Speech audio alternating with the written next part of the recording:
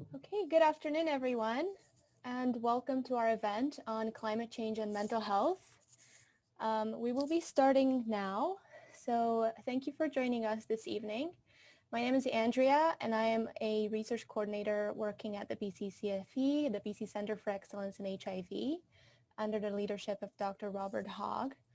I have our team at the CFE here, formed of Carly Marshall, who's our research assistant, Neil Aran is our research assistant, Kiffer Card, and Dr. Hogg. Our team has been working with the Pacific Institute of Climate Solutions and Simon Fraser University to develop this event. And we are very excited to engage community members in this very important topic this evening. So thank you very much for joining.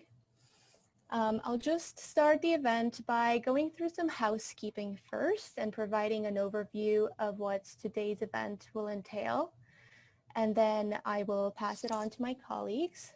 To start with, I just wanted to provide a brief overview of our speakers. So we will be hearing from two well-respected academics in the field of climate change and mental health, Dr. Ashlee Cunsolo and Dr. Gislason. And the event will begin and close with a traditional land opening and closing by Elder Valerie Nicholson, and it will be moderated by youth climate activist Ptsd.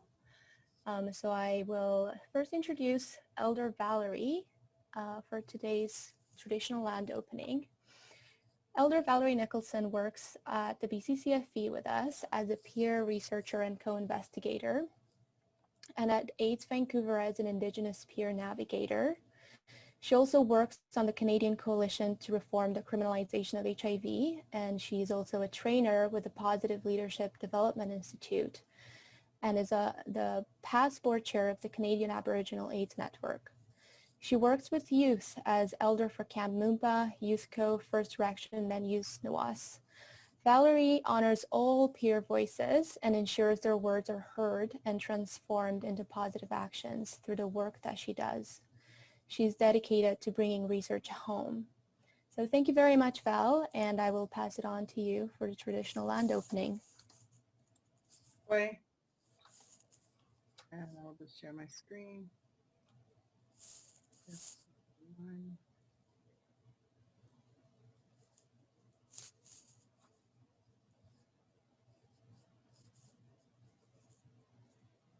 Oh, sorry, I pushed the wrong button. I think that's it. So Kwe, Ninda Luisi Valerie, the name given to me 4 days after my birth, was the one the eagles watch over. I was gifted the name Nodiwenda, which means wolf eyes, for my Dene family. I was gifted the name Auntie from the Torres Strait Islanders. I am Mi'kmaq, Haida, Gypsy, and UK Islander descent. I'm a mother and a grandmother. And I have the honor and privilege to acknowledge all the ancestral traditional territories, lands, and waters across our great Turtle Island, where we all work, play, live, and most of all learn from. I would also like to acknowledge the unceded, ancestral, traditional lands and waters of the Coast Salish people, for where I connect my body, mind, heart, and spirit, and where I'm speaking from today. I honor the Tsleil-Waututh, the Squamish, and the Musqueam. I would like us to take a moment to remember all those that have gone on before us and their voices forever heard. I would like to start this off with words from my grandfather, that new knowledge is old knowledge to new people. And as learners, we are teachers. And as teachers, we are learners. And from my Mi'kmaq teachings, I would like to honor and acknowledge the 7 directions. East, the direction of the sunrise and new beginnings. Each new sunrise brings us new light and opportunities to grow in wisdom. The East gives us the gift of awareness, and I give thanks. South, the direction of the summer warmth and abundance. The South brings us the warm winds of compassion and helps to melt the ice that can gather around our hearts and dissolve our fears. It also kindles our love into flames of true and living realities. South gives us the gift of understanding, and I give thanks. West, the direction of the setting sun and the autumn season. This is the direction of our elders, the keepers of wisdom and patience. And the West teaches us that the end of our days is no more sad than an end to a single day, and the end is often better than the beginning. West gives us the gift of knowledge, and I give thanks. I acknowledge the North, the direction of winter, that covers the earth with a sparkling crystal carpet, above whose deep tranquility every sound is beautiful. North gives us the gift of wisdom, and I give thanks.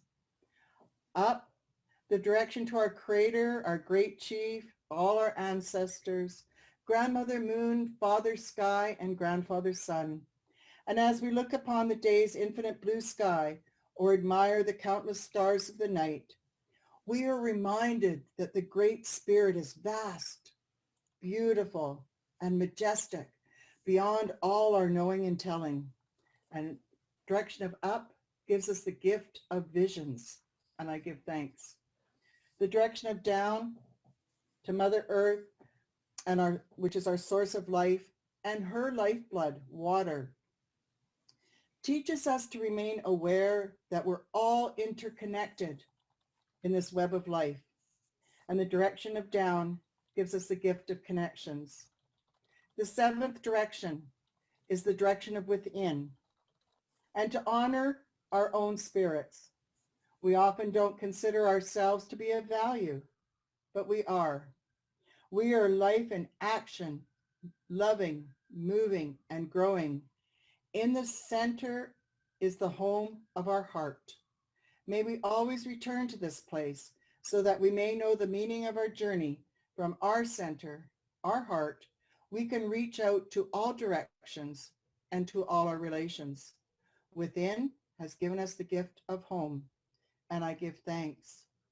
I ask us to open our minds, bodies, hearts, and spirits to listen to this work and do our work in a good way, with respect, love, honesty, truth, humility, wisdom, and courage, for it takes courage to make change. I will end this with a Musqueam word, nasamat. We are all one. Wielen, thank you, all my relations.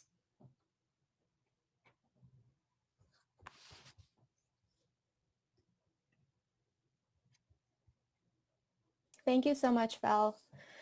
We're honored.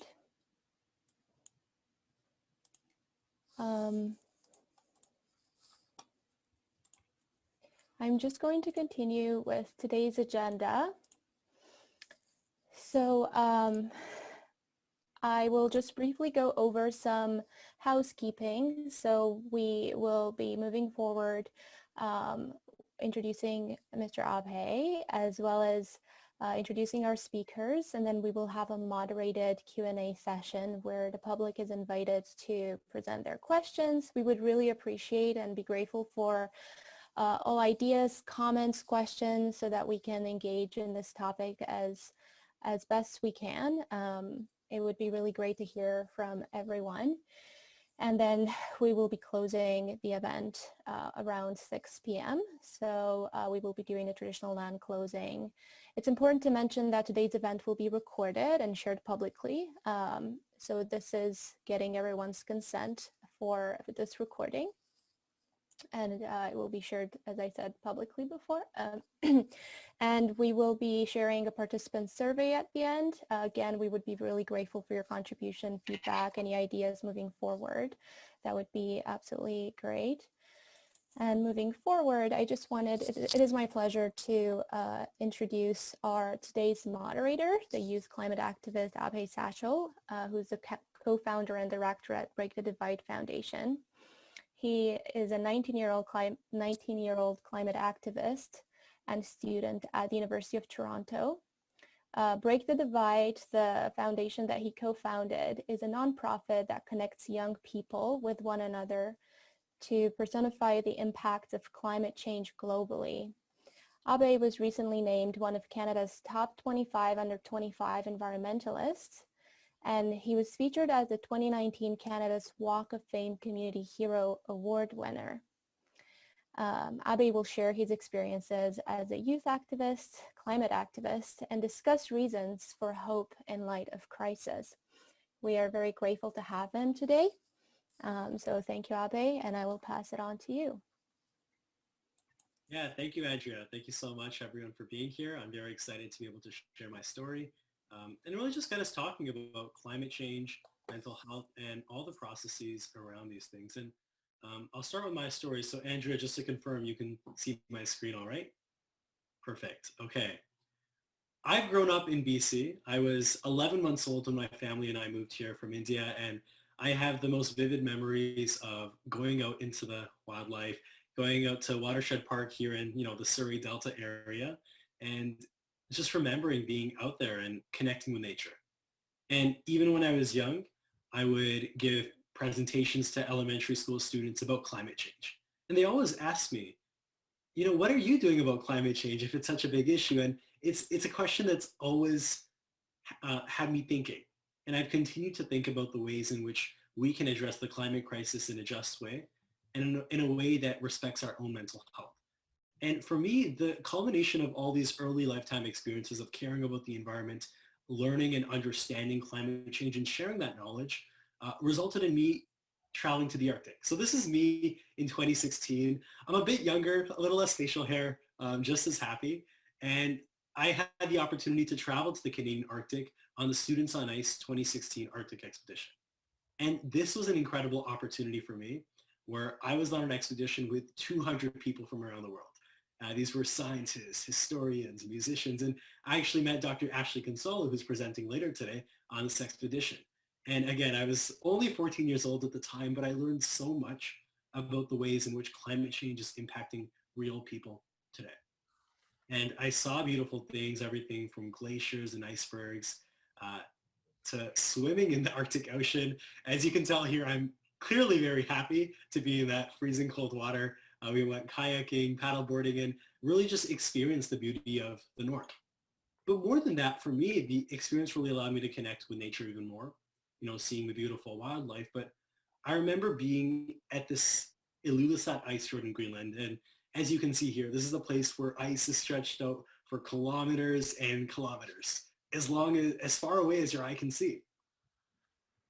And I remember being here, gazing out, and on this expedition, all 200 of us went silent for a moment.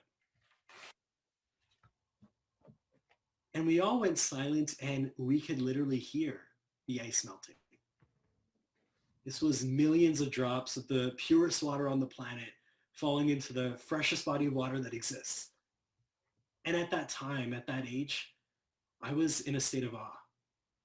But more than that, immediately I was inundated by feelings of hopelessness, of anxiety, and feeling like if the problem's this big, there can't be anything that I can possibly do to make a difference. And I remember feeling that way, but what really got me out of feeling that way, that level of hopelessness and helplessness about the state of the world, was talking to my Inuit friends. And a lot of my peers, they talked about the strength and resilience of their communities in adapting to changes brought on from colonialism and now the climate crisis, and how they have been adapting. And the resilience that they demonstrated was quite inspiring to me. And for me, learning from my friends, learning from the people of the North, and learning from my peers, I was quite inspired to do something myself. So I came back home after traveling to the Arctic, and there I was giving a speech just like I am right now. Again, a lot younger, less facial hair, just as happy. And I came back and I thought, why not just connect students at my school with students in the North so that we can talk about climate change and we can talk about how we feel about it. And that's exactly what we did. So at my high school in Delta, we connected with students up in Inuvik, the Northwest Territories. And it was incredible just seeing the way that students were able to talk about climate change in a very local context. I found this activity allowed all of us to express how we felt. And we called this project Break the Divide. So it's very simple and it's expanded since. And you might think, well, we often hear the idea that action is the antidote to anxiety. And especially in the case of the climate crisis, it may seem like action absolutely is the antidote to climate anxiety. And the question really is, when it comes to the climate crisis, what do we do? Now, I'm someone who has been taking action on climate change. I've tried to consistently, I've tried to learn from my peers, and I've tried to be a leader in my community. And when it comes to the idea of action being the antidote to climate crisis, well, I think back though to September of 2020. And this was a time when, starting my second year of university, I was a little bummed out. I was just like, oh, well, I can't go to Toronto for university, so I'm staying at home. I might as well try to do something different. So it was a Monday morning. It was the first week of school starting. And I thought I should go for a run. I should go for a run and, be outside in the nature because, I've been inside the entire summer because of COVID. Might be a good idea. But I remember going outside and seeing this.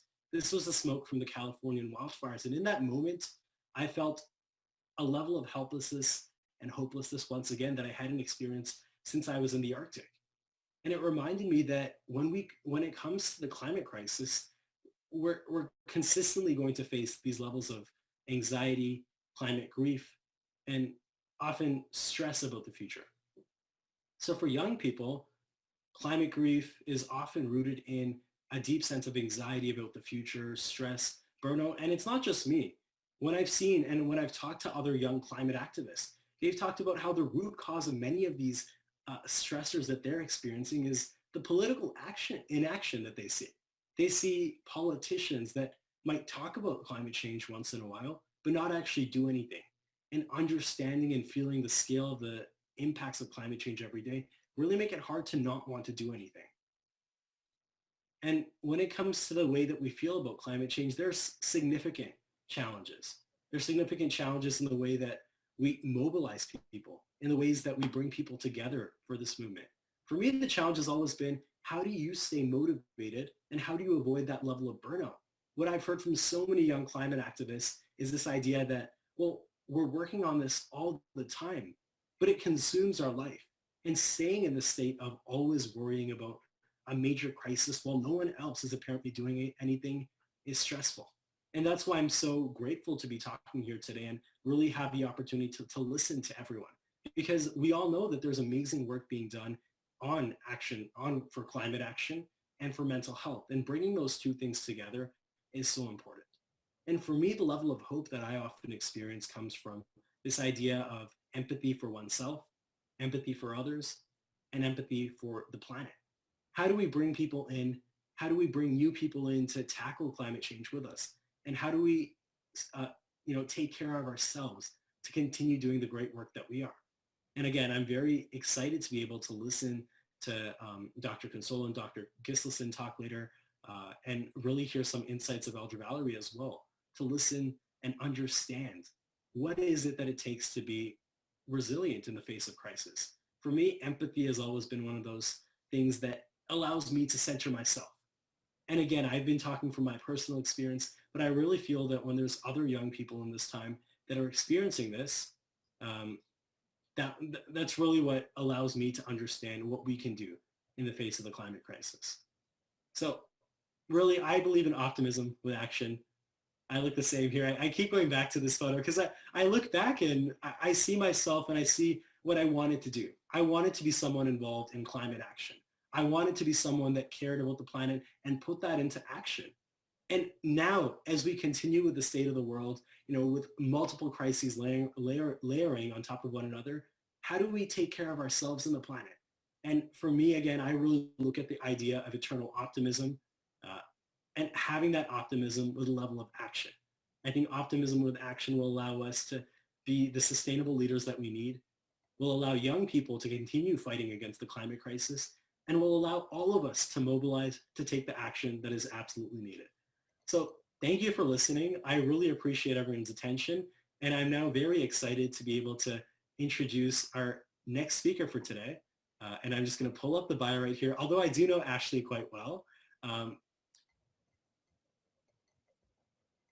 And one thing that I'll just highlight as I'm doing this is as Ashlee, as Maya talk later on, please feel free to ask questions, anything that you're interested in the chat.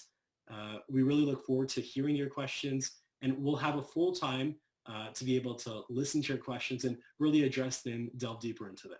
But without further ado, Dr. Cunsolo is the founding dean of the School of Arctic and Subarctic Studies at the Labrador Institute of Memorial University, and she is a member of the Royal Society of Canada of Youth Scholars, Artists, and Scientists. She's a leading voice nationally and internationally on climate change, mental health, and ecological grief, and has written numerous articles as well as contributed regularly to the media on these topics. Drawing from over a decade of research with Inuit in Nunatsiavut, Labrador, Ashlee will be sharing insights on the complex ways in which a changing climate and environment is linked to diverse mental health outcomes. The title of her talk is Mourning Nature, Hope at the Heart of Ecological Grief and Loss. So Ashlee, we're so excited to hear from you, and thank you for being here. Thanks so much, Abe. And I have to say, seeing that picture of you from 2014 brought back a lot of memories. It's really wonderful how life kind of comes in full circle, you know, that we got to go on that journey together, and then here we are now and working together. And I also want to thank Elder Valerie for that wonderful opening, and all the organizers for this event, and everyone who's here tonight. It's such a pleasure to be here, and it's a pleasure to be joining all the way from Labrador. So I'm on the other side of the coast in Vancouver, so it's evening on our end, and I'm calling in from the homelands of the Innu and Inuit of Labrador, and recognize their continued work and what they do in this region, particularly around climate change. So as Abe mentioned, my name is Ashlee Cunsolo, and I am delighted to be the new dean of the School of Arctic and Subarctic Studies of Memorial University. It's a brand new piece of a memorial, a new academic unit in the north, and part of our mandate is to serve the needs and priorities of educational and research needs of people in the north, and that includes climate change. I'm also a settler ancestry, so second generation Italian on my dad's side, and over 350 years of Irish and English settler ancestry on my mother's side, all from Nova Scotia. I was the first person born outside of Nova Scotia.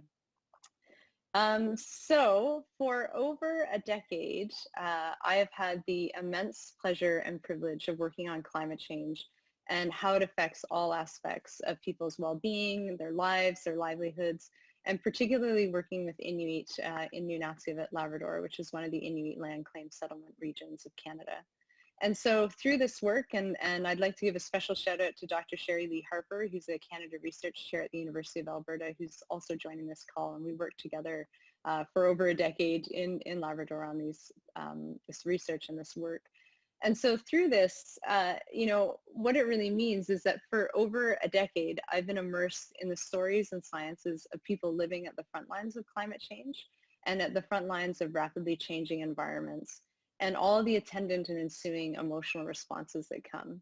And also for me, some of my earliest experiences with grief growing up all had to do with environmental loss and that connection to nature. And so what this means is that the stories that I carry with me and the emotions that I carry with me are those of others who are dealing with their own loss and grief, and my own loss and grief connected to a changing climate and a changing environment. So growing up, you know, I spent a lot of time connected to nature and out in nature, and spent also a lot of time grappling with seeing rapid development, seeing the loss of beloved species, seeing changes in ecosystems, and really being motivated by that change and motivated by what I didn't realize at the time was such a deep form of grief and sadness. And so I've always loved this quote from philosopher and psychologist Julia Kristeva about pain being the hidden side of my philosophy, the mute sister. I think it's something that's driven me, whether I consciously or unconsciously realized it. And it's something that continues to drive me today in the work that I do as I continue to research in this area, and also connect with trying to further understand the pain that comes from environmental loss, as well as what that means on individual and community levels. So my work all began in this beautiful community of Rigolet, Nunatsiavut. So Rigolet is the southernmost Inuit community of the Nunatsiavut land claim settlement region. And this work began back in March 2010. And really the pivotal moment for me came on this beautiful sunny day when I was sitting in the living room with a local elder named Sarah Bakey. And we were talking about all the work that we were doing in climate change and all the research and what she had been seeing in the community. So just for some context, Rigolet is home to about 300 people. And Inuit and their ancestors in this region have been living, hunting, fishing, trapping, harvesting, and living and traveling around the area for millennia, and really relying on the land for survival, for thriving, for family, and for kinship. And so we were sitting there and we were talking about the research that we were doing and all the changes that Sarah had been seeing, the loss of sea ice, the changing weather and winds, the shifts in wildlife and plants, and just how that was changing what people were able to do in the community and changing how it impacted their health and well-being. So one of the things that Sarah really emphasized and that we heard from Inuit all through Rigolets and all through Nunatsiavut, and indeed we hear from Inuit across the north and from Indigenous peoples around the world, is that the land is essential. The land is everything. It's family, it's food, it's freedom, it's wellness, it's peace, it's a place of learning, it's a generational connection both to yourself and to others, it's a point of identity and culture and spirit and selfhood. And it's really where people pass on knowledge and stories and wisdom and science generation after generation, and where people learn who they are and where they came from and where they're going in the future. So it's also a part of people. And so many people told us that, you know, we feel a part of the land. It's me, it's us, it's my people. It's that deep connection and that sense of attachment and belonging. And really that sort of deep emotional connection is spiritual and mental as well. So one of the things that Sarah really emphasized, and we heard this over and over again through people who connected with our research all over Nunatsiavut, was that for people, the land is essential to mental wellness. It provides a sense of healing and resilience. It's a source of nourishment, centering, grounding, and really going out on the land brings people so much happiness, rejuvenation, wellness. People talked about having a clear mind, of being recharged, refreshed, of being able to feel more resilient and more strong. And so what people also talked about then is that if the land changes, then there's also a shift in people's overall health and wellness. And so if the land is unwell, then people are unwell.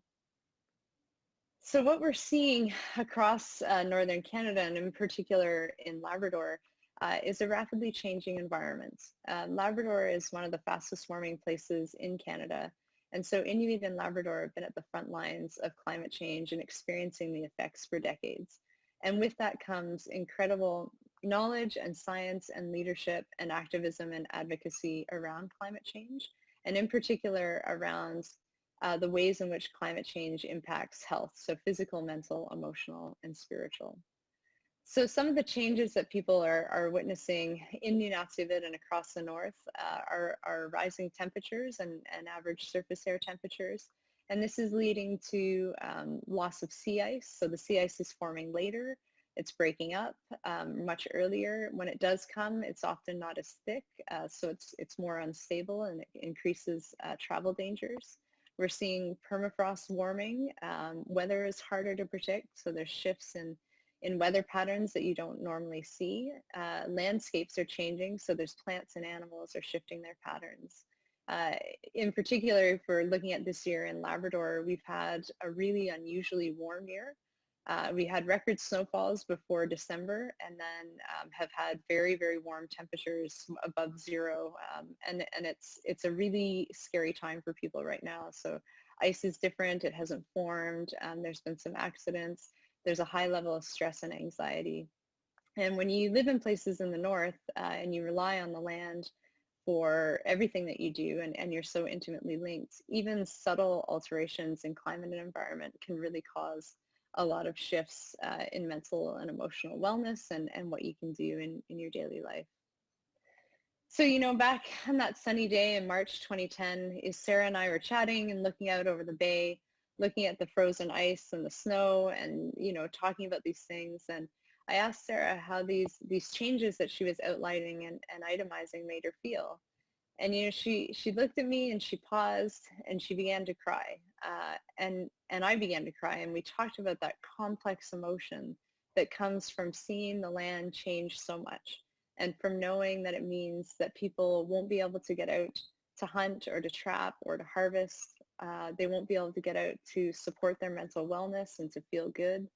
Uh, the concerns around what it means for children and grandchildren in terms of being able to pass on information and land connection, and what it means for the changes that have both happened and the changes that are going to come.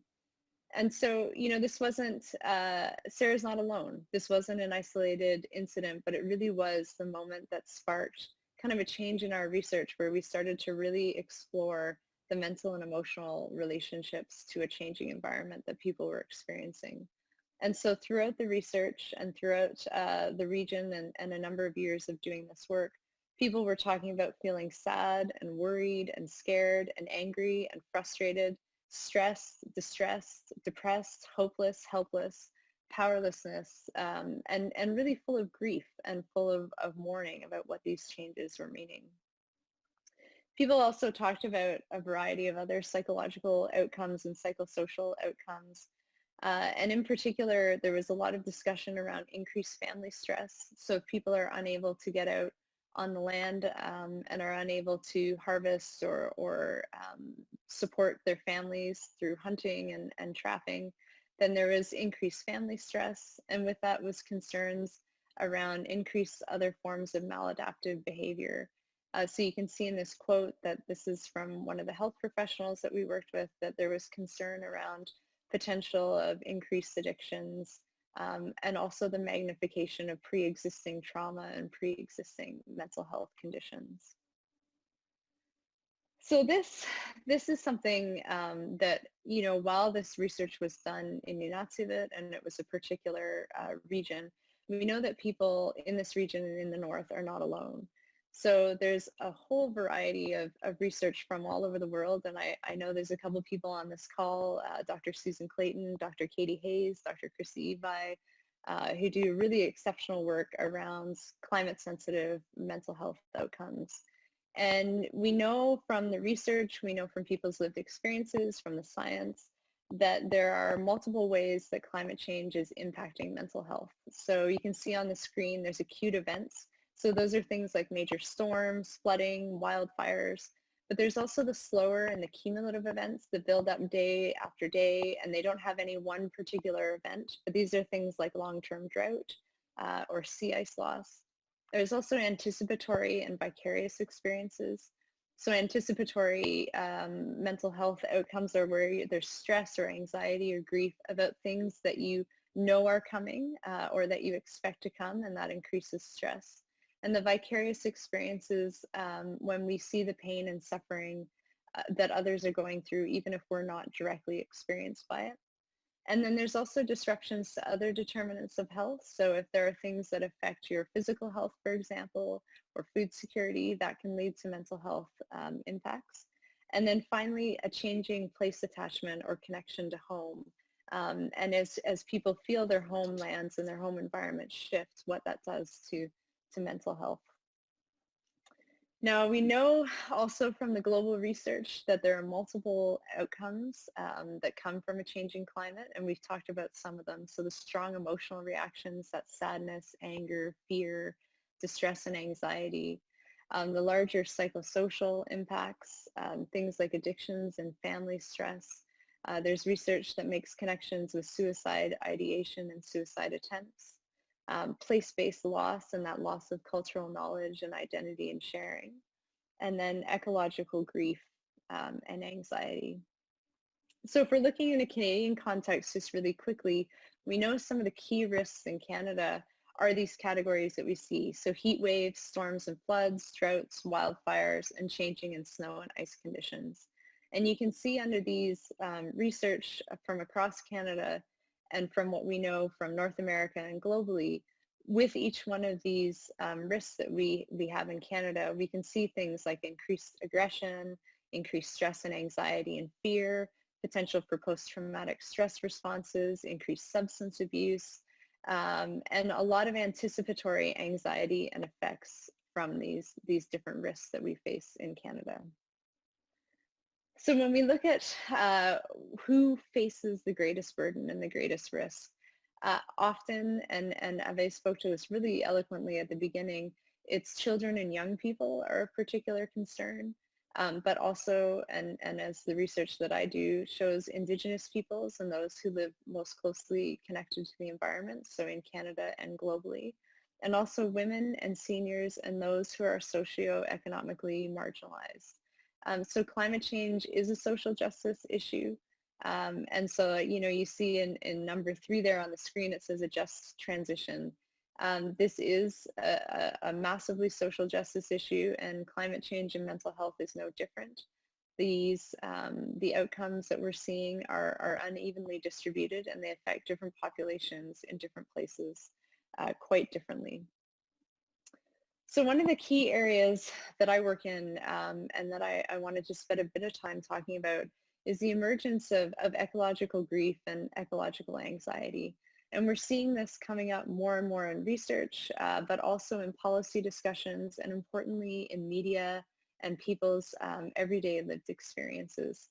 And so from work I did with Dr. Neville Ellis from Australia back in 2018, we categorized what we were already seeing coming up in the ecological grief literature and the climate change and health literature.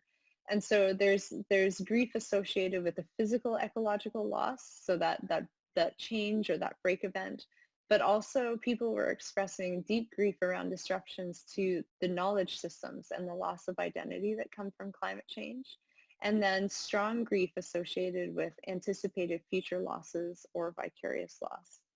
And I think that this is a really important area, as we're seeing more and more people are grappling with grief and loss. And when we're looking right now at a global pandemic and the works and labors of mourning that people are doing, more and more people are making that connection between the grief they're experiencing now, grief from climate change, and understanding that we're moving into a future that perhaps and will likely be very heavily characterized by grief and by mourning. And so, what can we do? And one of the things that I wanted to share was some work that I did with colleagues, including Dr. Sherry Lee Harper and Dr. Katie Hayes, who are on the call, around looking at having, all health hands on deck. This is something that we need to have an urgent and rapid response to. So we know ecological grief and anxiety and the mental health responses to climate change are reasonable and functional responses to loss. So this is something, that a lot of people will say, oh, I didn't know other people felt, or I felt ashamed. But, what we're saying is this is actually a very reasonable response. And we know that this is increasing on a population level. And so we know that urgent responses are needed. And you can see here in this article that we outlined a number of different ways that health professionals from all backgrounds, but also researchers, also activists, also advocates, can push for changes. And in particular, I want to highlight the health equity approach. Again, this is something that is an unequal issue, and taking a health equity approach and looking at who is unequally burdened and impacted is going to be essential in moving forward. So what does it mean then to build a tomorrow with loss, and to do this work in the labors of mourning that climate change, that the pandemic, that different environmental and climatic traumas are causing in this world?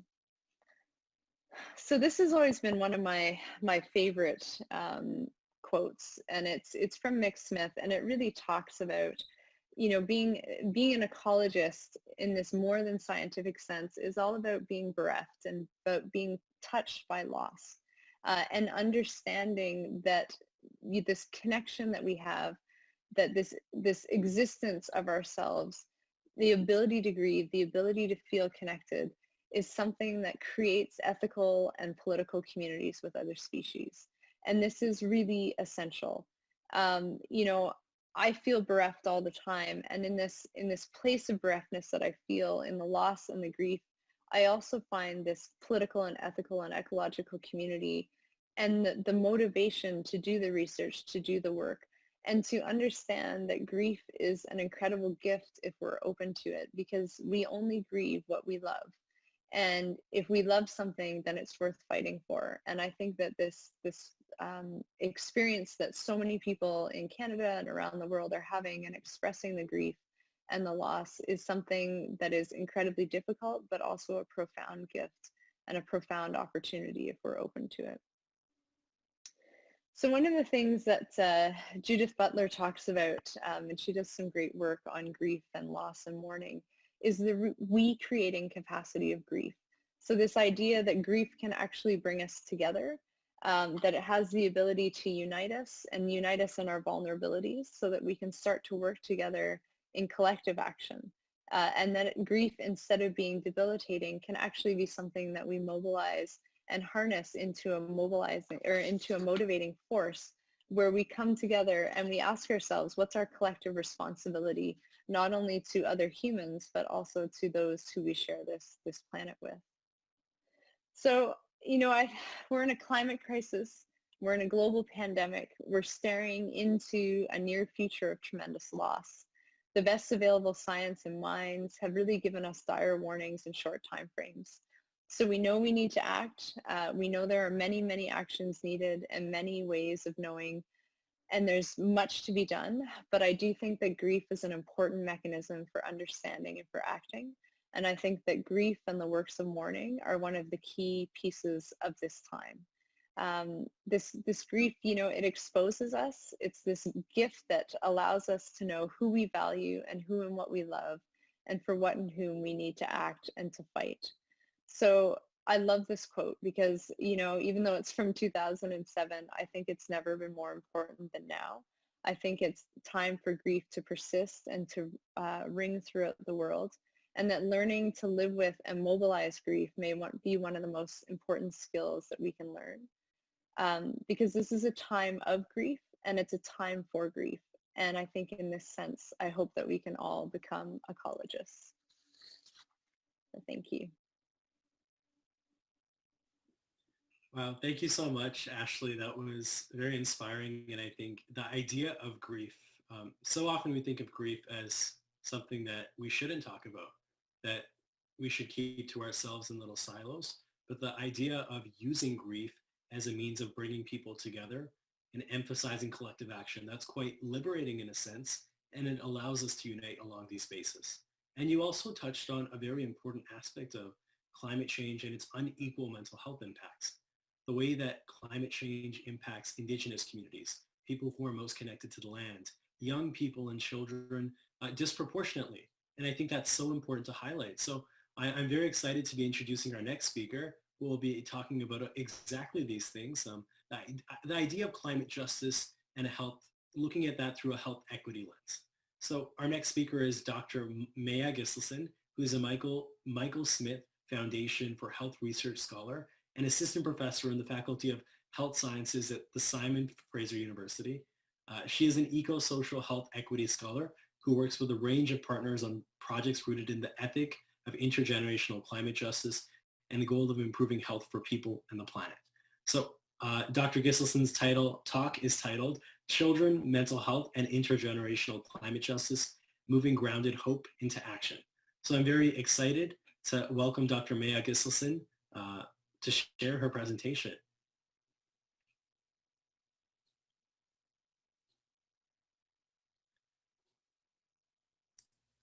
Thank you so much. It's so wonderful to be here with you and to be able to listen to you, Ashlee, and to build on this work.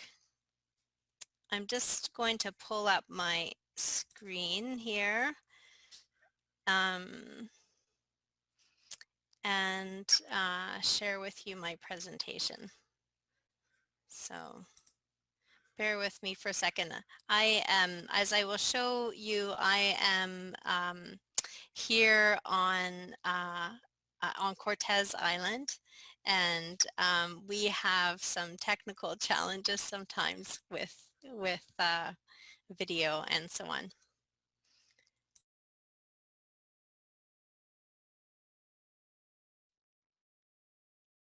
It looks like you just got muted, Maya. Yeah, thank you. So I'm just going to share my presentation with you. And thanks for your patience. Can you see it now? Yeah. Okay, good. So thank you very much. So indeed, I'm here on Clahus, Hamalco, Kwakiutl, and Tla'amin territory, sister nations on the west coast of Canada. So traveling from the beautiful ice and snow, Ashlee, to this temperate rainforest space.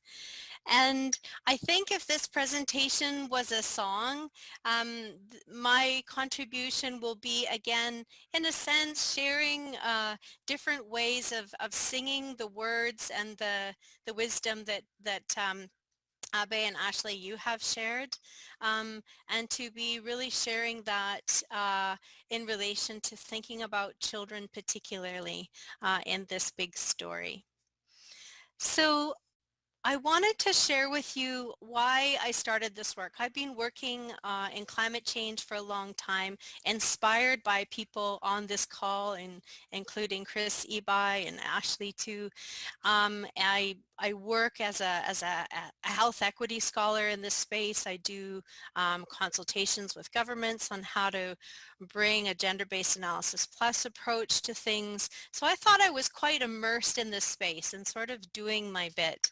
And then one day, just over a year ago, my daughter came home with a picture that she had drawn, having been thinking about and learning about climate change in her grade 5 class. On one side of the picture, they were asked to draw about the Earth today, based on what they'd learned about. And then on the other side, they were asked to imagine what the world would look like in 2050. And on that side of the page, there was this big burning ball of fire. And she said to me, you know, 2050, we might all be dead in 2050. You know, how long is that? Um, and and how long, what are we going to do? And that really stopped me in my tracks. And I thought that there is something that I really need to be attending to here in terms of children's experiences of climate change.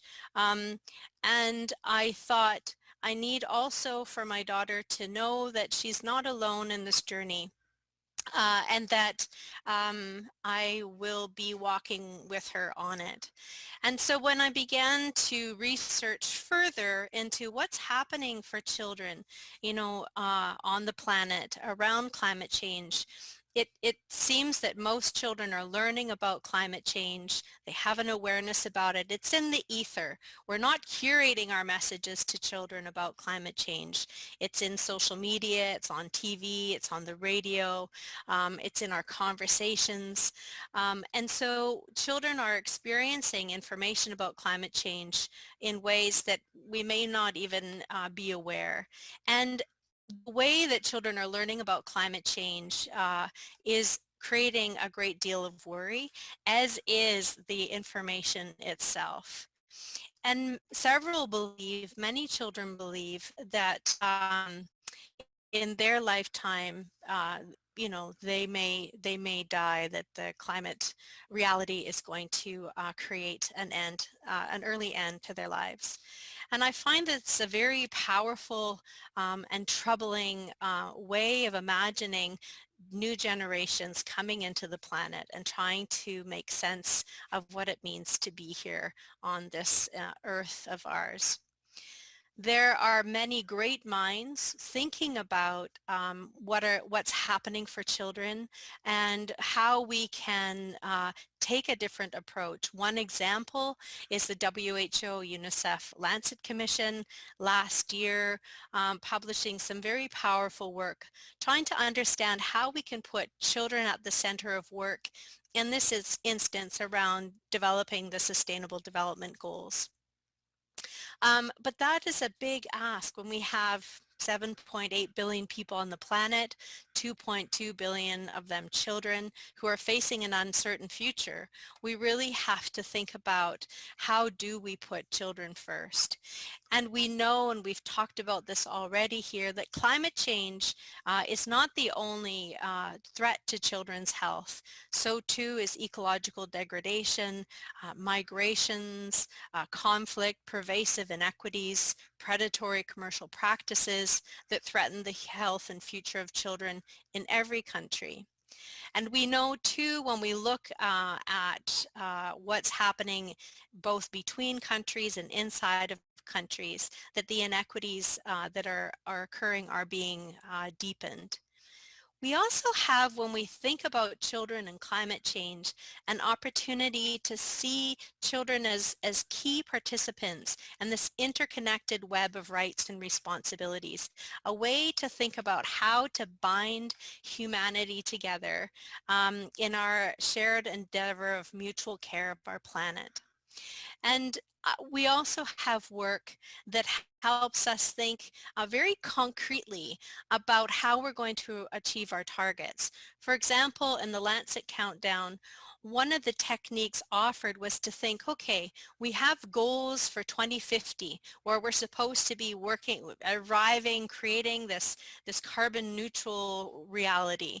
So if a child born today, when they're in their late 30s in 2050, what will be their developmental trajectory across this time?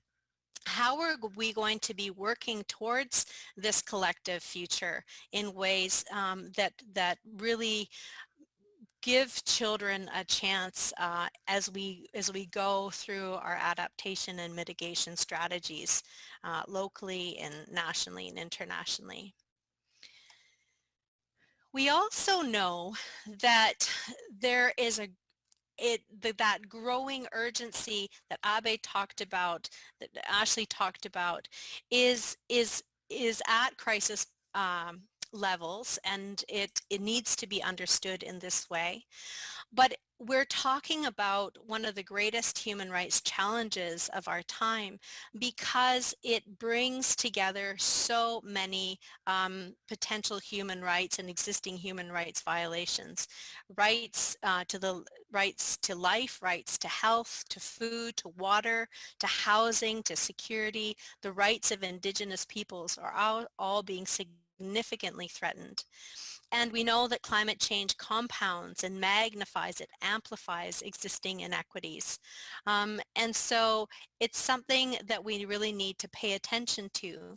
And so there's this frame of intergenerational climate justice that is coming to the foreground and is being brought to our attention very much by children and youth who are using social media to connect and communicate, who are organizing, who are being attacked in these social media spaces and in these efforts, but who don't give up. And Abe embodies this quality. But when we talk about intergenerational climate justice, this call from children and youth, we're talking about a failure of governments to act on climate change in the face of overwhelming scientific evidence. And these issues raise very important moral and legal questions about the duty of present generations to care for the needs of future generations. And philosophers, also lawyers, the courts, are asking questions such as, which risks are those living today allowed to impose on future generations? What is a responsible use of natural resources to meet the needs of present and future generations? How do we balance the rights claims of those alive today against the rights claims of future generations? And so that this is the context, one of the contexts that we can understand the question of how are children doing in this age, and how is their health and wellness being impacted. And Ashlee so beautifully described, being in this place of grief. What does it mean to be a child in a culture experiencing and trying to work with grief at this global scale? So we ask this question and we think about climate change and health for children as a context for understanding mental health as well. We know from the right-hand side diagram, and this is Ashlee talked about this as well, that climate change creates different kinds of impacts, acute events, floods, fires, and so on, those more indirect impacts, slow soil erosion, creation of other kinds of social and ecological problems that impact people and then lead to medical and physical health problems. They also lead to different kinds of mental health challenges and also lead to degradation of community health, whether it's lack of social stability, increase in violence or interpersonal aggression, and decreases in community cohesion. And these are all very important determinants for children's health and well-being. And so we're paying a lot of attention to them. We also know that children's health is impacted by climate change at all stages of their development, and children are developing so quickly. So prenatally, climate events can affect fetal development in infancy when bodies are changing and growing and developing so quickly. It causes many problems, especially from environmental factors into early childhood and then through to adolescence. And this image on the left shows some of the pathways through which climate change is impacting children. And so we know that in this context, we're not talking so much about mental health yet, but these mental health problems, challenges are occurring, and often they are some of the most apparent and first level effects of climate change. When in the research, we're seeing that children and youth are feeling less in control of their lives than at any point in recent history, just at the time when so much is at stake. And on top of all of the different developmental and mental health experiences of growing, on top of all of that, we have youth reporting feeling stressed and depressed and anxious and hopeless, grief-stricken and so on about climate change as well. So this is a double burden that youth are experiencing. And a triple burden emerges when we're looking at Indigenous youth and children whose health, whose wellness is deeply connected to families, to communities, to right relationship with land and culture, self-determination, and so on. And so these are impacts that through a colonial lens we don't always appreciate. But when we really listen and understand to research again like Ashlee's, we see the powerful ways in that climate change creates yet another set of determinants of mental health for children. And so in this work that I'm doing, we're really interested in what happens as children are coming into awareness of these issues and begin to try to develop coping strategies. And how do we form coping strategies is a big question that we have. Some generally children are trying to disassociate from the issues. They're trying to defer, to feel like it's a problem that won't affect them or won't affect them in their generation, while others are coming, they're walking into the fire and trying to deal with the problem and how to address it. And so this is a very fascinating area of our research. And then we ask too, as we're trying to understand this, what can we do? What do we know about what adults can do? What can we do as parents, as caregivers, as community members, as educators?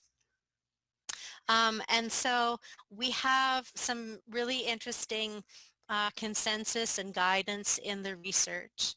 One is that and this comes from psychiatrists who are working on climate change and mental health, it's very important to acknowledge our own feelings, to do the work of controlling our own anxiety, rejecting this idea of defeatism. We can't give up because this is about the future survival and experience of a full life for children.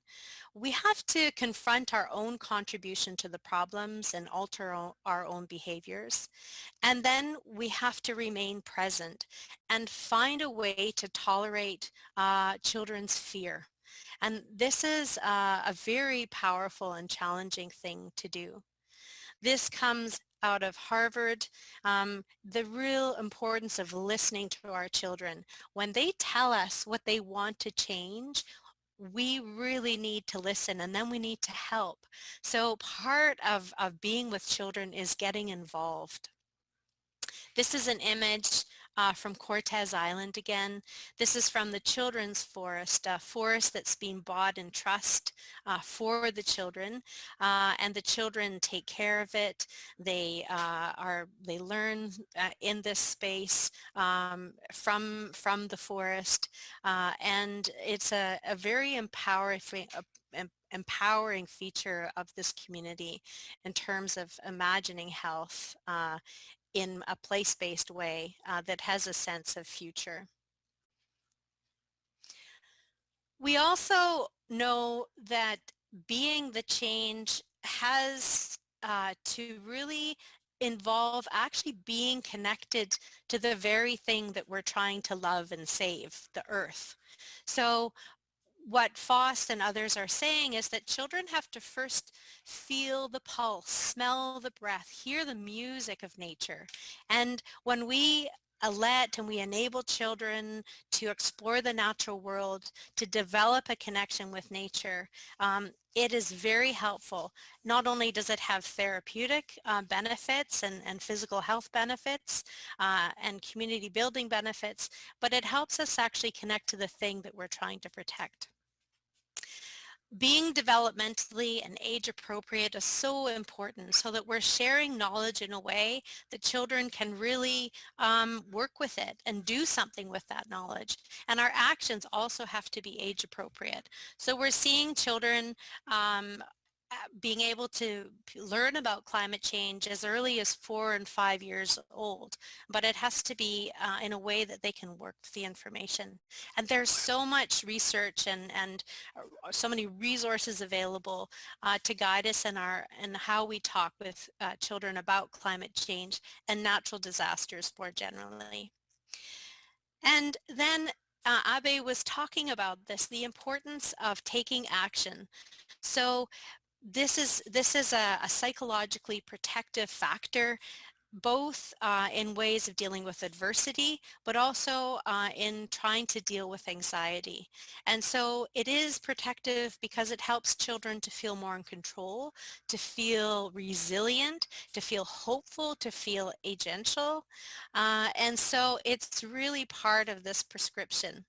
And because children typically engage with the educational system, there is a call to really think about what is the role of schools and school boards and curriculum designers in helping to foster this, helping to move from this sort of deficit-based approach to teaching kids about the environment, either as a threat or not dealing with it, or dealing with it in a way that we don't deal with their emotions. So really redressing these issues, building in children a sense of place, of connection to community, to their local ecosystem. And also research is suggesting that we should be nurturing and teaching activism as a basic skill within our school systems. And then community, really being place-based, working together, working with the assets that we have, focusing on sustainability, but smart sustainability, sustainability with co-benefits for both the environment, for community, but also for mental health. And this is a great framework for us to use. And we're also really curious about how do we take this notion of grounded hope, an idea that comes out of working on recovering from trauma, um, but looking at the work of Kravitz, who talks about super survivors, people who come through very traumatic events and do rebuild their lives, but do so in a way that actually they thrive. They find a way to become more resilient than before. And the idea here is there's two parts to it. One is that it's very grounded. It's grounded in a realistic understanding of what has happened, what has been the harms and impacts, what is being lost. And in that clear appraisal of the situation, looking forward into the future and thinking about what we need for recovery. And then hope is not this flighty idea that, oh, it will just work out. Rather, it's this very purposeful building of hope through practical action, taking us to getting in the driver's seat and deciding what we are going to do next in order to create a better future. And so the idea then is that grounded hope is not just about bouncing back, but actually about bouncing forward, creating a better world. And one of the places where we see so much instruction and guidance about how to do this well is from Indigenous leadership and Indigenous communities who are acting as defenders of the land, showing children and youth that they are not alone. Indigenous nations are also so good at doing community-based work that foreground culture, connection to history, and the history telling of truth telling, building a sense of place, building connection to land, foregrounding youth and youth voices, including into the international arena, and really fostering and showing how to do intergenerational knowledge transfers. And the other thing is that it helps us to rethink how we got into this crisis in the first place. What were the values guiding our practices? And to take another approach, to think, for example, about building sustainability into the center of our practices, thinking about 7 generations, planning for those who are here and yet to come, and doing this work with a great deal of wisdom. So that is the work that we have been doing, and I'm really excited to share it with you and to hear what's happening next. Yeah, thank you, Maya, for that wonderful presentation. I think the questions that I asked in my presentation earlier on, what does it look like to have hope, but also be optimistic and take action? And I think you've done an amazing job outlining the steps of taking intergeneral approaches, really listening to nature, connecting with nature, and using different people, using communities and working with communities and putting communities at the forefront of change to allow for that intergenerational approaches to change making to happen. I saw a comment from Naomi in the chat, who's another young climate activist, who said that you were absolutely describing how they felt and how other young climate activists feel. And I think the idea of listening to one another is so important, and working together to create this collective action, as Ashlee talked about. So I'm very excited now to be able to move into the next portion of this event, which is a moderated panel discussion. So if you do have any questions at this point, please feel free to message them in the chat, either directly to me or to everyone in the chat. And I'll be happy to add them on, but I'd like to welcome Ashlee, Maya, and Elder Valerie back to the stage. I think we have a cool Zoom spotlight thing happening here maybe to get everyone on the stage, on the Zoom stage, I guess, and bring everyone together to talk about some of these very big questions that we've been talking about, whether it's how do we take collective action, or how do we stay resilient in light of crisis? So I'm just going to pull up a question right here to start from Janelle. So the question here is, this is a question for Maya, and to start the discussion. The question here is, how do we talk about climate change issues with younger kids when their experience or feeling of safety is so important to their healthy development? And so I don't think that the topic should be avoided or lied about, but how do we keep kids safe at a nervous system level at the same time as educating and answering their curious questions? And just building off this question that Janelle had, personally, I feel like this is a huge question. How do we empower young people while also educating them about the scale of crisis and the scale of action that's needed? Because oftentimes the history and the past that we're looking at, we're seeing decades of inaction and we're seeing decades of harm. How can we teach young people that we will be able to make a change? It's a great question. I ultimately don't have the answer, but I agree that safety is very important.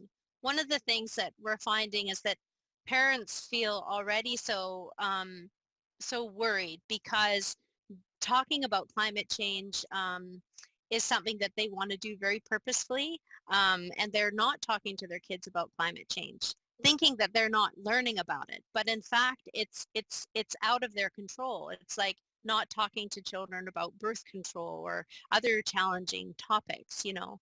So so the first thing is to know that your children probably know something about it. And so bringing that conversation into your control is really important. There's a lot of really wonderful guidance about how to talk about this for different age groups. People have thought a lot about this. For example, with children as early as 4 or 5 years old, the climate change is described sometimes as there are so many people are driving cars and buses and trains and flying in airplanes, and that's creating a lot of heat in the world, like a big blanket wrapping around the globe, and it's getting too hot, and it makes it hard for animals to find a place to live and so on. But the reassuring part is, but you know what? We're going to be working through this together, and we're going to do something together about it. And then the other thing is that age appropriate thing. So taking action. So little children maybe can just plant a small garden in their community or at their school. But it's through actually seeing that if you do something, it makes a change. It changes or you bring ideas to your teacher or you talk to your friends about it. Children need to see that whatever their sphere of influence is, they can actually make a difference and that they're not alone, and they're being supported in this journey. So yeah, it's very difficult though. It's a painful thing, and we do have to convey hope. Otherwise, we don't even get a chance to try and make a difference. Absolutely. And I think what I really hear there is taking control of the narrative about the climate crisis and climate change before young people get out into the world and hear from other sources, whether it's the media or other influences about what's really happening and feel that hopelessness. So getting ahead of the curve and explaining that there is room for hope, that we can work together. And Maeve in the chat mentions how community-led work is a great way to bring this global issue to a very tangible local level. And when there's a youth focus on action, there's definitely less room for hopelessness. So that's really great to hear. And I see one other question here now. Earlier on, Peggy Frank asked the question, is it possible to develop PTSD from watching governments not act on climate change? So Peggy mentions that they can see that there are certain similarities to battlegrounds, especially for climate activists and Indigenous land defenders, as Maya talked about, that are on the ground. So whether Ashlee, Maya, or Val, anyone that would like to take the lead on this question. I can jump in and I'll frame it saying I don't have certainly a definitive answer on this, and I haven't seen sort of clear research on it. But what we are seeing is people talking about it a lot, particularly among climate activists, youth activists, people who are doing that sort of work, linking not so much the PTSD directly, but linking things like stress, anxiety, depression, distress to doing the work, caring so much, working so hard, being exhausted, being frustrated, and feeling like there's still no action at governmental levels. So whether that's regional, provincial, national, or international. So there is a lot of people talking about this connection, and we are hearing it. It's actually one of the things that I know a couple of people out there are starting to work on directly to find out that mechanism with particularly government and state inaction and what that does to people who are kind of, fighting these just climate battles, and how that outcome will actually, what does it actually look like? Is it people are frustrated, or is it much, much more? And what are the long-term effects, particularly on youth? So with youth who are regularly engaging throughout their life and, feel that year after year the time is running out and governments aren't acting, what are sort of the long-term psychological impacts of that? And I think that's one of the key questions right now that we really need to take seriously, and really need to think about the health and well-being of children and young people in the years and the decades to come. Like what will this do? So yeah, I think that's a great question. Wonderful. Thank you for that, Ashlee. And a follow-up that Peggy had about this question is, so there's definitely still a lot of research to be done, and we really haven't studied this as much as we can. But the statement is, if it is possible to develop PTSD from watching governments not act on climate change, is stopping to listen and read a part of the cure? Would a mental health physician approach this in any particular way? And I think you kind of did touch on this. So I'll just link in the other question that states, how this person has used dance and exercise extensively to shift mental health in their own reality. And looking at a holistic level of mental health and looking at health as a whole, the question is, why are mental health benefits not considered allowable medical costs with the Health Canada and Revenue Canada? So these are a lot of questions about kind of the systemic issues that we face with mental health and holistic well-being. Do you have any insights on this? Mid, did you want to jump in, or Val on that one? Um, I mean, I think, I don't, these are such good questions, and I think every one of these questions needs to be really well explored. I would say that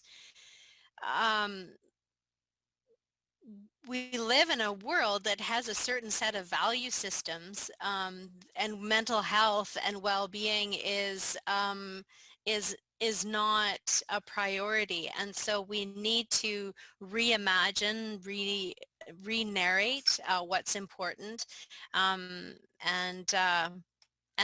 link. And I think there is a lot of research that's also showing what is the cost of mental health problems and so on. So I don't really have anything else to say other than that. I think, Ashlee, go for it. Yeah. Yeah, I mean, these are incredibly challenging questions, and I think, I think there's a whole bunch of things that we know that already support good mental health, and I think one of the key pieces is continuing to move away from the shame and the stigma of talking about mental health. And when you're looking at all the diverse ranges of mental health challenges that people experience, and then you add on climate change, which is both a direct challenge and stressor, and also can exacerbate other pre-existing mental health challenges, it adds another layer of complexity to it. But I think that there's a lot that we already know. We know that access to good counseling and mental health support systems is essential. So, we always advocate for more mental health funding. We need more resources in communities that are locally and culturally appropriate. Things like, obviously, exercise, time outside, we know is really effective. Connecting with nature is essential. And so there's this really interesting thing where, for people in some places where climate is shifting and connecting to nature is so key, and then suddenly that connection is limited. So about you not being able to go for a run because of the wildfires, those type of things, even though we're supposed to do it for our mental health, can sometimes be taken away. talking to friends and family. There's amazing support groups popping up all over Canada, and I've seen some in the US. So things like the Good Grief Network, that's an online network to connect, but also there's a lot of local area discussion groups around climate change and mental health and ecological grief, finding ways to connect to family and friends. So all of those things, I think we need to translate over into how we deal with the mental health outcomes from a changing climate, but then also simultaneously develop new strategies based on the particulars of the mental health and grief responses from this. And I think that's where, there's really incredible psychologists and psychiatrists and counselors doing this work and trying to develop new strategies and new curriculum. Wonderful. So I think we definitely hear that there needs to be a greater emphasis on mental health in specific communities, and building off of what all of us have really talked about, the idea of working with communities to create that change is critical. So I'm going to go to our next question here, and it's kind of a mix of two questions. So Naomi Leung in the chat mentioned that they're an organizer and a coordinator with the Climate Education Reform BC campaign that are advocating for the BC Ministry to properly implement intersectional climate education. So their link is in the chat if anyone would like to support and learn more about the work that they're doing. But a related question that was asked by Andy Miller. Andy Miller is a climate coach for parents of climate strike children. And he mentions that they suffer from burnout and their parents often don't know what to do about it. So what would you recommend in the case of young people, young climate activists that are experiencing burnout at high rates? Well, definitely burnout is a very significant problem, and I think that definitely when I was working as a youth environmental activist and experienced very profound burnout, partly what kinds of phenomena were emerging were this idea that previous generations had failed, and so it was all on our shoulders. We had the energy, we had the insight, and we needed to do something. So I think it's very powerful that parents are part of this journey, and that is a protective factor in and of itself. I think I've learned since that time. I used to think self-care was a luxury I didn't have time for, because the world was burning and then I was supposed to take a bubble bath or something. But I've learned since then that Audre Lorde and Michel Foucault and the Dalai Lama, all these wise people have talked about really needing to take care of ourselves, to sleep enough, to be healthy, because we're in it for the long game. We're trying to make change, and so we have to take care of ourselves. We have to take shifts. We have to be organized in terms of how we're doing things, and be disciplined about that. And also, when the problem gets too big, I think it's also really important to go back to our sphere of influence and do actions where we can actually see tangible resonance back that the work we're doing is making a difference. And that will be different for everyone, but I think taking these mental health challenges of burnout seriously is incredibly important, because it can lead to long-term impacts if they're not supported properly. Those are my first thoughts about that question. Wonderful. And I think the idea of implementing mental health practices as a part of your daily life, not as a separate thing, like taking a bubble bath once a week as your mental health practice, that's not it. It's being consistent about it and really looking at your entire life as a whole. So I see a question here. So the question is, I know that Elder Val has done some amazing work with youth through the Youth Co. and Camp Moomba, and would love to hear more about her learning and teachings from this work. Elder Val, it would be great to hear from you about this work. Oh, thank you. I should come with a warning. I am a storyteller, so I may go on, so you might have to just say stop. I've worked with youth ever since I can remember. I was a beaver leader. I didn't do cubs. I didn't like the the age group, but I was one of the first female scout leaders in Canada. I was the second one, actually, the first female scout leader in BC. So I really had, I think the teachings came from my grandfather, who always took me out into nature, always taught me that respect and that connection that we have. So when I go to Camp Moomba, I do a lot of history telling of like a story, the history of how fire came to earth and how we're all interconnected, and how that in my culture that everything used to talk to us. The trees talk to us, the rocks, the grasses, the animals. We learned everything we know today from the trees, the root people, and the four-legged and winged ones, the crawlers, the swimmers. We've learned everything from them. And we've stopped listening.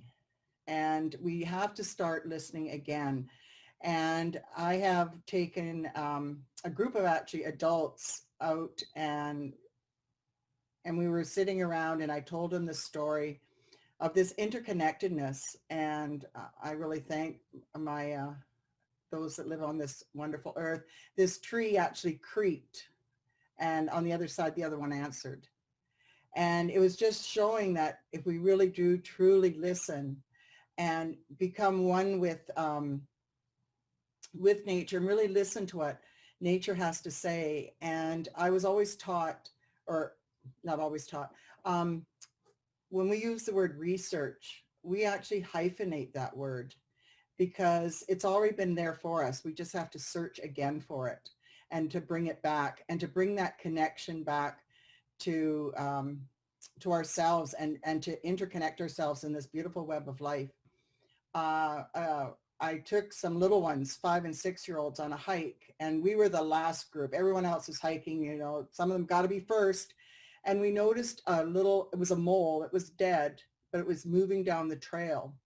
So my group, we just sat there and we watched it and why is it moving? So we took 2 sticks and picked it up and discovered these beetles that were actually working together to move it down the hill. We didn't know what it was. We went and looked it up later, because we don't take any electronics when we go out. We do take cameras, but we don't take any phones or anything that will disrupt this. And we found out it was a carrion beetle, that is a death beetle, and how it works together. And then I take those teachings and how we associate it in our everyday life. You know, I take the teachings of the wolves and how the male is always at the back of the pack, because you never walk faster than your slowest person. The olders are at the front because they will sacrifice their lives for those in the center, which are the young ones, the ones that are coming up, and the mothers. So I take all these histories and weave it into and have them recognize what those teachings are in our everyday lives today. And when I'm really saddened because, and I'm so grateful, first of all, that you brought up our teachings of the 7 generations and how in my Mi'kmaq culture is so important, as it is in other cultures, of these 7 generations. But this is knowledge that's been interrupted and disrupted through colonization, the loss of our lands, the loss of our traditions, and residential schools, 60 scoops, pushed from our lands, the treaties. I was pushed from my farmland where my parents were. And those connections that I had of the land, of walking down to the stream and picking watercress, I never went to a grocery store until I was probably in my 20s. I didn't know what one was. We lived off the land, and we learned from our parents and grandparents, especially the grandparents. And through these different scoops and things, we've lost that connection to our grandfathers and grandmothers that held the knowledge of how to make this world better, because they had the answers and we've lost them. So we have to research, find them, and implement them. Thank you for letting me share. Thank you so much, Elder Val, for sharing. I think every time, I think I can speak for all of us here, every time we hear you speak, there's something new that we learn, and it's so important to listen and learn from your teaching. So thank you so much. Now we have a question from Dr. Tim Takaro. Dr. Gislason mentioned nature-based education. Can this method reduce or prevent eco-anxiety or solastalgia? Is there any evidence-based for this? Yeah, thanks, Tim. And I think Ashlee probably could speak to evidence about this as well. But I'm not sure about the all of the evidence base, but we do have a lot of information about the power of place-based education and generally. And so I think that we could say that there is an evidence base for supporting this. We definitely know that there's educational systems being modeled on this format. There's prescriptions being developed for time in nature and parks and so on. So there's many different pieces of research around the different parts of who we are as bodies, as minds, as interpersonal beings, as people learning from nature, as Val was talking about.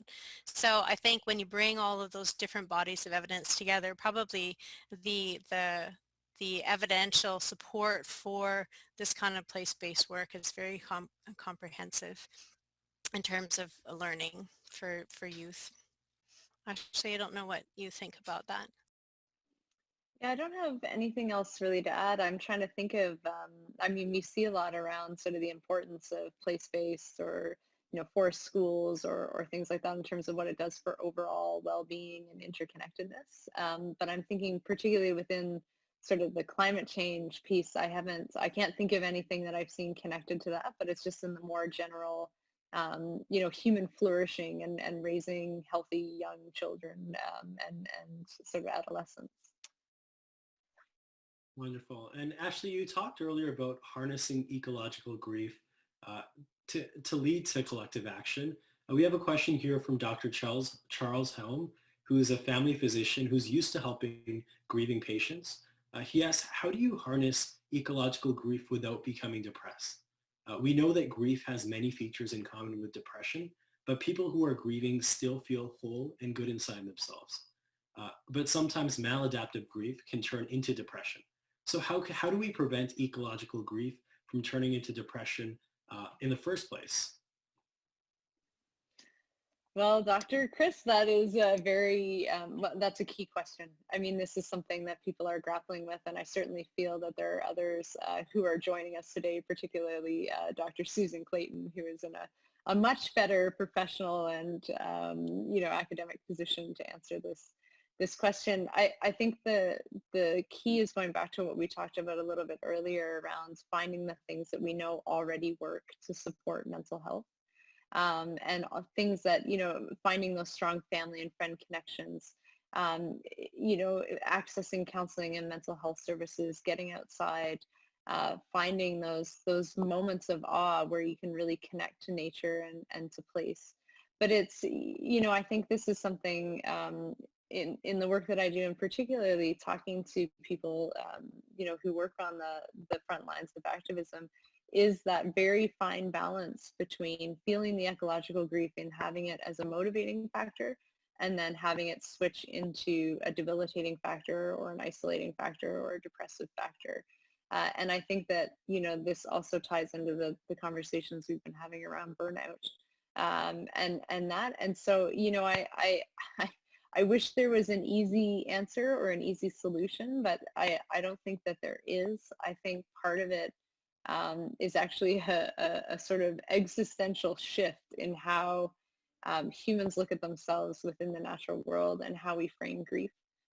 For a lot of Western society, grief is something to be feared, and you run from it and you don't want to talk about it, and it's not a natural part of life. And we're not, from the time we're little, we're not given skills to understand death or loss or grief.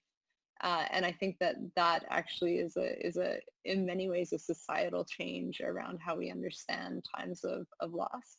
And I think given what the global pandemic is forcing us to see and forcing us to deal with, these are becoming very pressing questions about how do we actually live daily with loss, and how do we function and how do we move forward. Amazing. And there's a follow-up question to that here. one of the emotions that goes along with experiencing ecological grief is frustration and anger at those that do not seem to share our grief. I find this applies very well to the example of the pandemic. There's people that don't care about the pandemic, and it very often results in anger, very justifiable anger. So what are your thoughts on the idea of anger at people who don't share our same grief about the climate?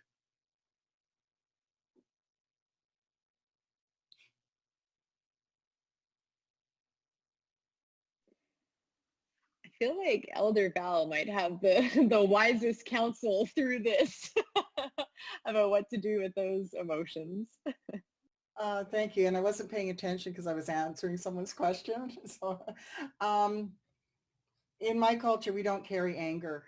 And we don't even have a word for the name for the word mistakes. We just have teachings, and it's our responsibility to teach others that don't understand. And we hope they get that learning in one teaching, but sometimes we have to take those learnings many, many, many, many times. And I've had to take some a lot of times. But I think anger is something that is negative. We have to be strength-based. Negative will only pull everything down. It only, for me, negativity just is something that is a bully that eats away at you. And you can't carry that. And it's just that education piece. And those that are open to change and to education, those are the ones that will do it. But those that aren't, we have to let that go. I don't know if that helps. Yeah, absolutely. I think it makes a lot of sense that we ought to take a strengths-based approach to tackle the lack of knowledge and education about some of these topics. So there's another question here now from Glennis Verhulst. Is there a sense of how prevalent it is for mental health professionals to have training in climate-related issues? If not, what are the growth opportunities? So whether Ashlee or Maya, you'd like to take this. I can't speak to the prevalency, but what I can speak to is more and more training programs, particularly in Canada and the United States, whether it's medical school or whether it's for other forms of counseling or social work, are really incorporating climate change. So I think people are recognizing it as a key health issue and are wanting to, and I actually think a lot of it came from students lobbying professors and faculties to change, and the young people coming in saying, why are we not learning about climate change? I work in a health field. Climate change has been identified as the biggest public health threat of the 21st century. So why am I not learning about it? And I think that it's actually been students and young people pressuring universities to change and to create different educational opportunities. So, and I think there's a huge gap still, and I think we have a lot of room for growth to really look at climate change from an intersectional approach and train all health providing peoples with the different tools and knowledge to really start making a difference and start through the education systems. And then also, of course, we need that at all levels, but I'm specifically speaking to university here. Definitely. So we need an integrative approach to educating all our professionals, and medical school, all training programs are great opportunities to do so. That makes a lot of sense. Now a question from Chris Buse. He would welcome the speaker's thoughts on, and this is a very interesting concept for me because I'm in my second year. I'm taking an Intro to Global Health course, and I've recently just learned about the burden of disease. So the question is about thoughts on measuring the burden of disease in Canada related to eco-anxiety, eco-grief, and mental health impacts of climate change. Yeah, Chris, nice to hear from you. Nice to have you join us on this. This is a great question, and I'm going to call it Susan Clayton again. If you can't tell, I really love her work, and she's a real inspiration in the field. But last year, Susan published 2 great papers that were the validation of a climate anxiety and distress survey. So she's really putting forward a new framework that we can actually get population level prevalence of this research. And myself and Dr. Sherry Lee Harper and an amazing group of students at the University of Alberta, including Madison Cooper, who's on here, have been working with Susan to take that climate anxiety scale and create a broader one that also includes pieces around ecological grief and anxiety. And so we're in the kind of final stages of having a first draft ready to share with Susan and then do some pre-testing, but we're hoping sort of later in the spring, depending on what's happening with pandemic, because we want to be careful when we release it, that we'll do a national survey, a census survey in Canada to see if we can get a sense of what truly the prevalence and distribution of ecological grief, anxiety, and other mental and emotional responses to climate change are. And then hopefully Susan will be able to do a sister one in the United States, and we're also looking at other places as well, because we have a lot of localized studies and a lot of really great work, but we don't have this population level information yet, and I think it's essential. Wonderful.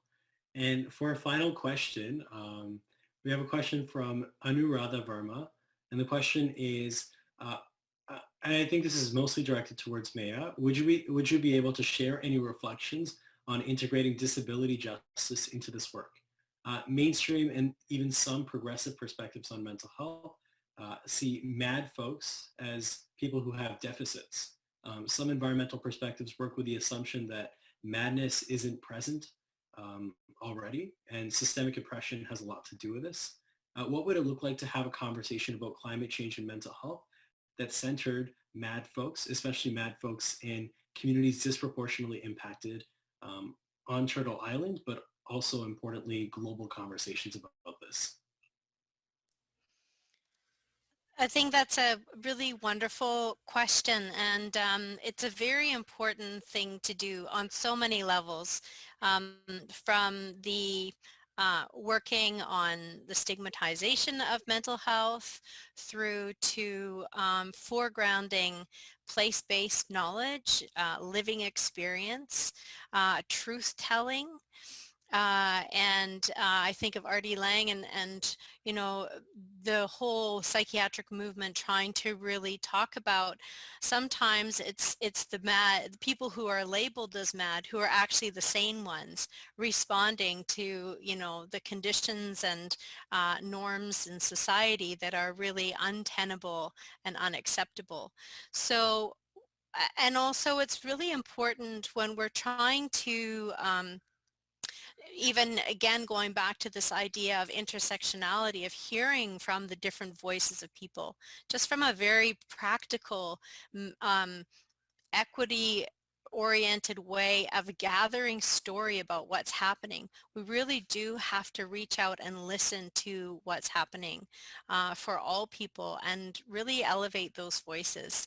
And then of course you're speaking also about the disability rights movements and the wonderful scholarship that comes out of this this domain of work that's both activist and academic. And I think there's great insights to be gained from bringing that work into the work around climate change.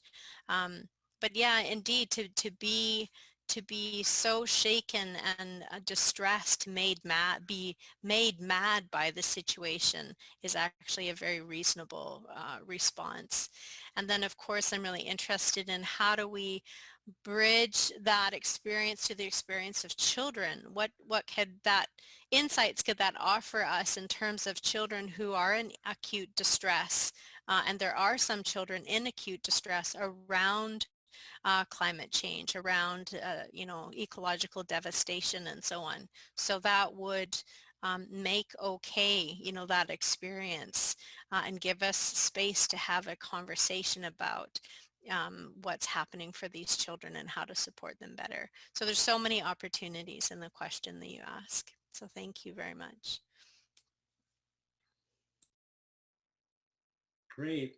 That concludes our panel discussion here. I'd like to thank Dr. Cunsolo, Dr. Gislason, and Elder Valerie once again for being a part of this panel, being a part of this event, and really just sharing so many insights about things that we often don't think about when it comes to climate change, climate grief, eco-anxiety, and all these different concepts that are definitely of rising concern as we move forward.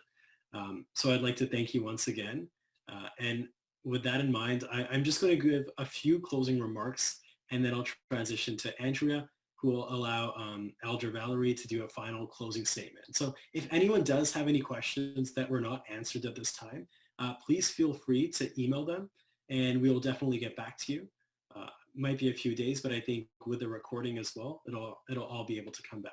So that in mind, when I think of today's event, I really think of the lessons that I've learned from everyone here. And whether it's ecological grief or climate anxiety, I think so many of these things are things that we intuitively know about. We intuitively feel a lot of eco-anxiety as the land changes, as we change with it. And I think so many of the statements today helped us highlight that. So, when Ashlee began the presentation by talking about ecological grief and anxiety, we came to understand how this really goes beyond the physical loss of land, but also the loss associated with identity and knowledge systems. And that's huge. And as we move forward in a future that's characterized by grief, as climate change intensifies and perhaps leads to more pandemics, as we deal with multiple layering crises, how do we deal with this grief? And Ashlee in her work talked about how building a tomorrow with loss is contingent upon us using our grief and catalyzing that for good. There is unity in grief to lead to collective action. And using that as a motivating force to determine collective responsibility is powerful. That was one of the most powerful things that I heard from today. And it was very inspiring to think of the idea that we're all in this together. And if we can focus on individual experiences, we can unite people. And not from a place of anger, as Elder Val talked about, but from a place of love and education and power in that collective regard. And as Ashlee wrapped up her presentation, she talked about how often it's young people, children, indigenous peoples, those who are connected to the land, and the socioeconomically marginalized who are disproportionately impacted by climate change. And in looking at climate change, it is definitely a social justice issue because of the just transition that is required for people that are disproportionately impacted. And looking at climate change through a climate justice and health equity lens allows us to understand so many more facets and work with people on the ground to create change. So when Maya really talked about the intergenerational approach that we need and the young people that are at the front lines working with Indigenous land defenders, that really spoke to me. As a young person who's cared about climate change, I think back to my own experiences doing those presentations about climate change to grade 2 and 3 students at local elementary schools. And they talked about how, if climate change is this big of an issue and we've known about it for so long, why hasn't anything happened yet? And that's a question that when I hear, every single time I hear that, it hits me in a different way. It reminds me that, there's still so much work to do. And at the same time, we have made progress and we will continue to make progress. When Maya talked about the idea of optimism and grounded hope with action, I find that so powerful. And the idea of us here on this call, uniting, working together to address these issues, it's so important.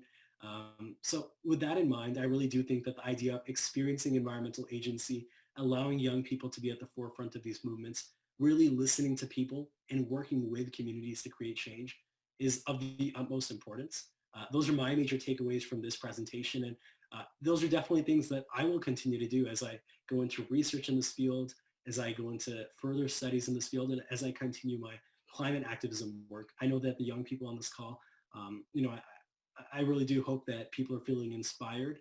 I hope that everyone here is feeling inspired to also take action and really better understand the mental health effects. At the end of the day, this is our lives. And as we continue to move forward through these times, we ought to take care of ourselves, of one another, and our planet. So I'm very grateful to have had the opportunity to moderate this panel. I'm going to pass this on now to Andrea, who will introduce Elder Val to do our conclusion for today. Thank you so much, Abe. And I just want to say a huge thank you to our panel, Maya, Abe, Ashlee, and Val. We really appreciate your support. And as Abe mentioned, we're in this together. And I think we're all here to get inspired and to learn from each other. And one of the main reasons we organize this event is to really bring the community together. So we will thrive on your questions. This is a catalyst for us moving forward and be inspired by you by everyone who took part of this. Thank you for taking the time. The questions were extremely interesting, and we will integrate that in our future work. That is the whole purpose of this event. Just a few other housekeeping issues. We would love to hear your feedback on the event.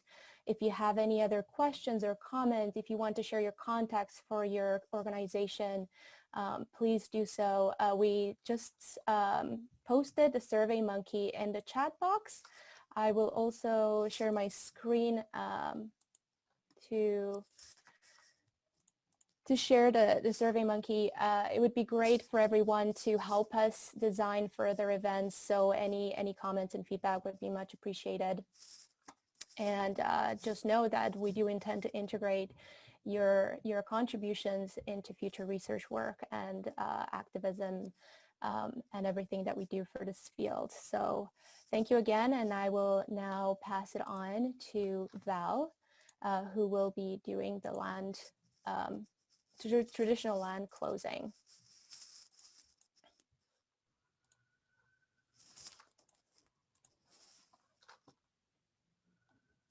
Thank you so much. Wow, I have learned so much today, and I'm just so honored to be in the presence of such beautiful minds and youth, to know that Mother Earth is in wonderful hands for the coming up generations. And I raise my hands to you in thanks. I'm going to share some teachings. The first one is from my grandfather, who is Mi'kmaq. And he says, if you were to walk 100 miles, how much would you carry? And as being a preteen at that time, I'm thinking how much I could put in my backpack, how much would go in there. And he let me think about that for a while. And then he said, no, little one, if you were to walk 100 miles, how much would you carry up here in your head? Because it's not all yours to carry. You share the burden, and to walk with a free mind. I've carried that throughout my walk on this Mother Earth. And from my grandmother, she said, we need to sit in nature for 20 minutes a day, unless we are busy. Then we need to sit in nature for 60 minutes a day. I honor you, grandmother. And sometimes nature is just out on my balcony with the hummingbirds and my plants, but I really need to get out under these trees. From my Haida teachings, if you're questioning something or needing direction, take a walk. And if you're near the woods, go up to a young tree and hug it. Just hug that tree. Give it your intentions, your questions, or that direction you need. Listen to that tree. Feel it. Take what knowledge they're gifting you, but then also walk over to an old big tree. Hug that big tree and ask the same questions. You will find a difference. You will see a youthful approach, and you'll see the older's way approach, and you will get your answers. Hang on, I'm trying to change my slide here, and it's not letting me. Sorry, just one moment. I don't know what's going wrong here. Oh, there we go. So, from what I hear today, we are the change warriors. And like this plant growing out of the rocks, it is making change. And that is what I see happening today. And we are all indigenous from somewhere. And our ancestors walk with us and they talk with us and we carry their teachings. And we need to let us hear them. We need to hear what they are saying. And also, as we did today, we learned from each other. And these rocks we call our grandfathers, they carry the knowledge of all those ancestors that walked on this lands before us. And to honor those 7 generations that are coming up.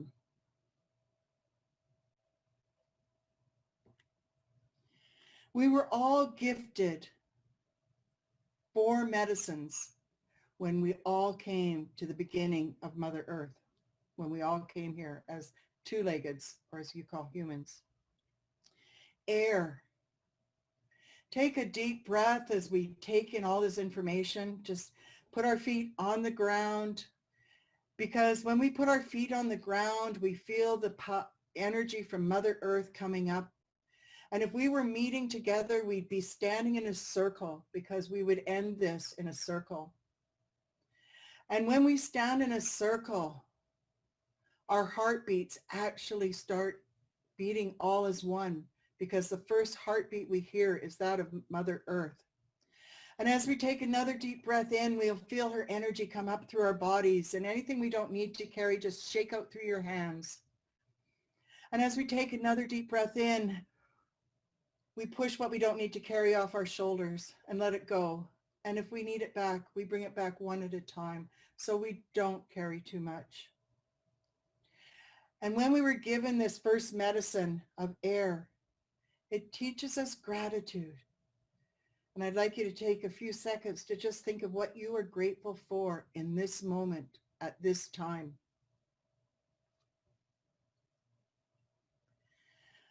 The next medicine we were given was water. And water teaches us all about relationships. Relationships with ourselves, with others, and of course with all that is around us. And water is the lifeblood of Mother Earth. And water is ever moving, ever changing. And water was given the gift of movement, so if we couldn't find it, water would find us. And water takes on so many different forms, from the oceans with the waves to the stillness of a lake or a pond, the rain that comes down or the snow, the frost, the dew, even our tears, which can be salty or sweet. All these forms of water are teaching us the relationships with each other. We were gifted fire from Grandfather's Sun. Fire teaches us that there's always new beginnings. Grandfather's Sun warms us and helps grow the plants that we need for our life. And also lightning, which was our first fire in the Mi'kmaq teachings, which was the beginning of life. Earth that teaches us responsibilities, the responsibilities to yourself, your family, to others, and to all those winged ones, crawlers, finned ones, two-leggeds, four-leggeds, slitherers. We have a responsibility to everything on Mother Earth, including the rocks, the trees, the root people, and the plants. With these four gifts, it grows everything that we need. It grows the medicines that we use, the cedar, the sweetgrass, sage, juniper, pine, our sacred tobaccos. It also grows all the plants that we need for nourishment and the berries and the trees. And we wouldn't be here without these four beautiful gifts. Water is life. And I was just gifted this poster, and the art is done by Isaac Murdoch. And just to remember that we have our land defenders and we have our water defenders. I would like to say thank you, and to remember to do all this work that we do. And I honor those that are doing the work, because you're doing it with courage, dedication, and passion. And I raise my hands up and say thank you in many different languages, because I see that you're doing this work with humility, respect, love, honesty, truth, wisdom, and most of all, courage.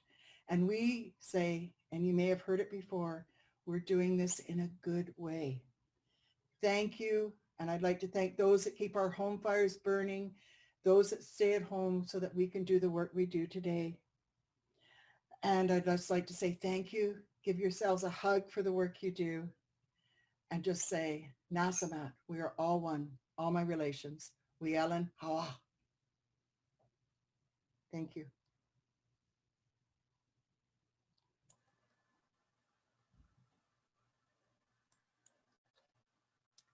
Thank you, Val. That was really powerful. Thank you, everyone, and hope you have a great evening. Bye.